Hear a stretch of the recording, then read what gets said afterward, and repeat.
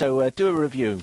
Okay, so Inland Empire, which is the new David Lynch film. Here's the thing. David Lynch has discovered the freedom of digital. So he's shot this movie completely on his own terms, with no producers, no studio, nobody telling him what to do. So he's gone completely and done exactly what he wanted to do. And if you thought Lost Highway was confusing or hard to follow, that is an object lesson in ABC clear-cut, crystal narrative development in comparison with Inland Empire. The film's 3 hours long, although it appears to exist in some kind of warp in the time-space continuum. You go in on Wednesday, and by the time you come out, you don't know what day of the week it is. Much of it is improvised. Some of it is sort of actually made up in front of the camera. Much of it is written just before they shot the scenes. Some parts of it were apparently taken from the David Lynch website. He had this website, davidlynch.com, in which he developed this strange sitcom, which was people dressed as rabbits having an existential-like sitcom with canned laughter, and that turns up in Inland Empire. Can I just say I've lost this already? Yeah, I know, and I haven't even started with the plot yet. Other parts of it were based on the fact that when he was at a film festival, he said to somebody, "Hello, I'm David Lynch. Can you get me access to some warehouses and naked women?" And they said yes. And as a result of that, there are some scenes in the film that seem to make use of both those things. The plot, if it can be called such, Laura Dern plays a Hollywood actress her glory days are behind her. She's going for a role in a film which she thinks is a sort of twisted, overheated drama about adultery. The film is directed by Jeremy Irons, doing his kind of posh British accent. I'm going to play you a very brief clip. The reason this clip is so brief is this is just about the only clip that actually makes any sense at all. Here's the clip. The script, this world we're going to plunge into, if we all play our role, do our best, if we work hard together, well, this could be the one. This is a star maker if ever I saw one. You'll see. I think we have a chance to pull it off. What do you say? Let's do it. And that's the bit that makes sense, okay? Right. So what then happens is, firstly, Laura Dern is visited by a strange lady played by Grace Zabriskie, who tells her that the film that she's in is not a love story, is actually a murder mystery. It then turns out that the film they're making, and just follow this as far as you can, is a remake of an unfinished Polish movie, which was unfinished because everyone involved in it came to a sticky end. The movie itself, the original movie, is based on a legend.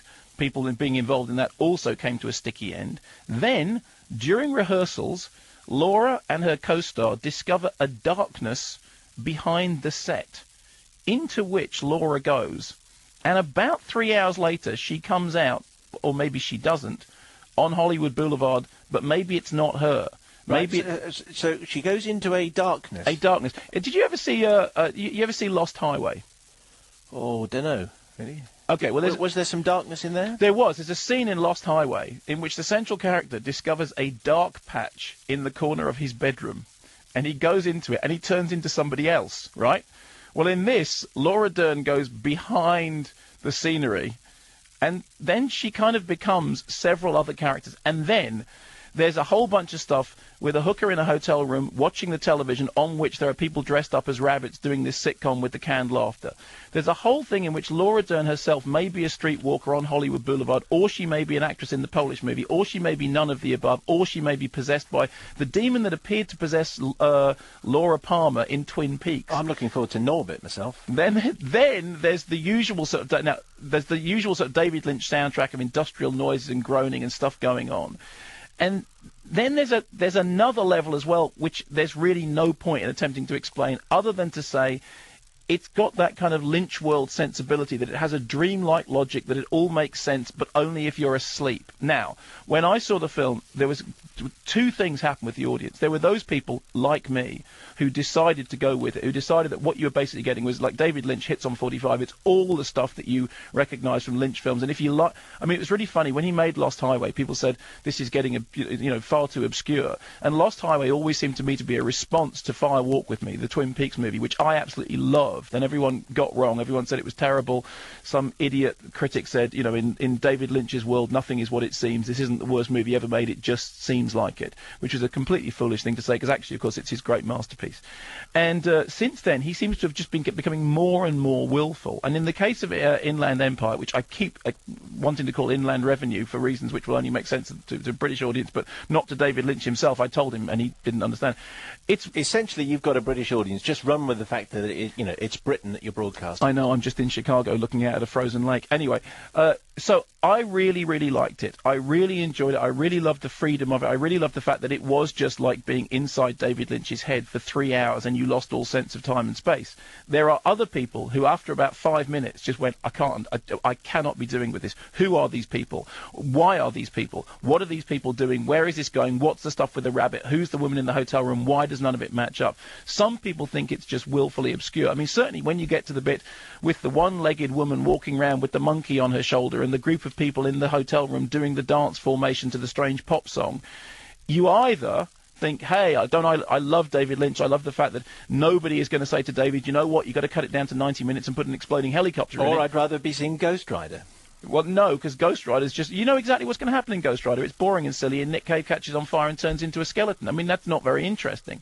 I really like Inland Empire. It has an audience of hardcore Lynch fans, and I have to say there is nothing in it that's going to bring in anyone else. David Lynch himself says of the plot that it's a film about a woman in trouble. Then again, David Lynch campaigned for Laura Dern to get an Oscar by turning up on Hollywood Boulevard with a cow wearing a sign that said, without milk, there would be no Inland Empire. I think that's just a perfect example of how to give a movie a rave review that will lead to absolutely no one extra going to go see it. No, but you know what? Out there are people who understand exactly what I just said. Very few. No. Very few. No, more people than you would expect. And Jason Isaacs, if you're listening, go and see Inland Empire. Yeah, it will he's in a make show. sense to you. No, but he's not all day long. It's like a 24-hour show. He's not like, Tilda Swinton asleep in the box in the art gallery. He'll get in touch.